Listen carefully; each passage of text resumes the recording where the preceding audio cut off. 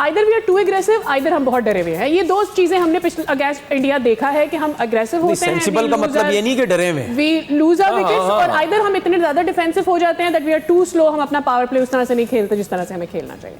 अच्छा, आपके सवाल का पहले मैं विकेट के हवाले से बता दूं, मुझे ये लगता है कि जो विकेट का बिहेवियर श्रीलंका का है उसी किस्म की विकेट होगी, ऐसे घास और उसका वाला नहीं, एक्सट्रीम चेंजेस नहीं उतना होगा। जो ये दो बॉलर हैं, अबरार हो गए, उस्मान, ये हर विकेट पे ब्रेक करना जानते हैं। शादाब की भी जहाँ तक बात है, नवाज को ज़रूर लेफ्ट हैंडेड बैटर पे प्रॉब्लम हो रही है। शादाब गुगली या और अच्छी फॉर्म में है, पहले उनकी कमर का इशू था, कोई और इंजरीज थी, लेकिन उसने अभी तक अच्छी बॉल की है, तो खब्बे पे भी वो बेहतर बॉल करेगा।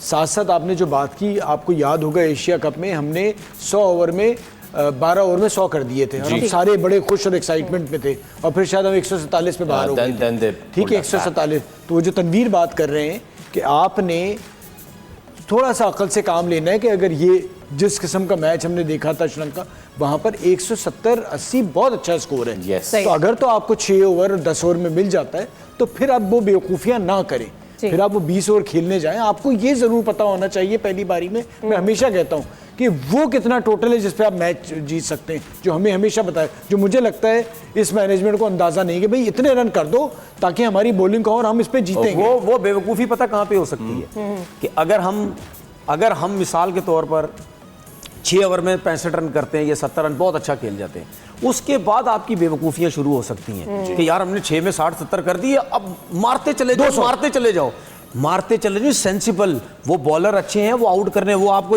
पता है ना कि जब विकेट्स नहीं गिर रही होती, वो कैसे कुलदीप यादव को लेके आ जाते हैं कि भाई इनको फ्लाइट करो, ये मारने जाएंगे। उसमें कुलदीप को भी लूट लिया था, फिर आप उससे आउट हो गए, तो ये सेंसिबल खेलना है।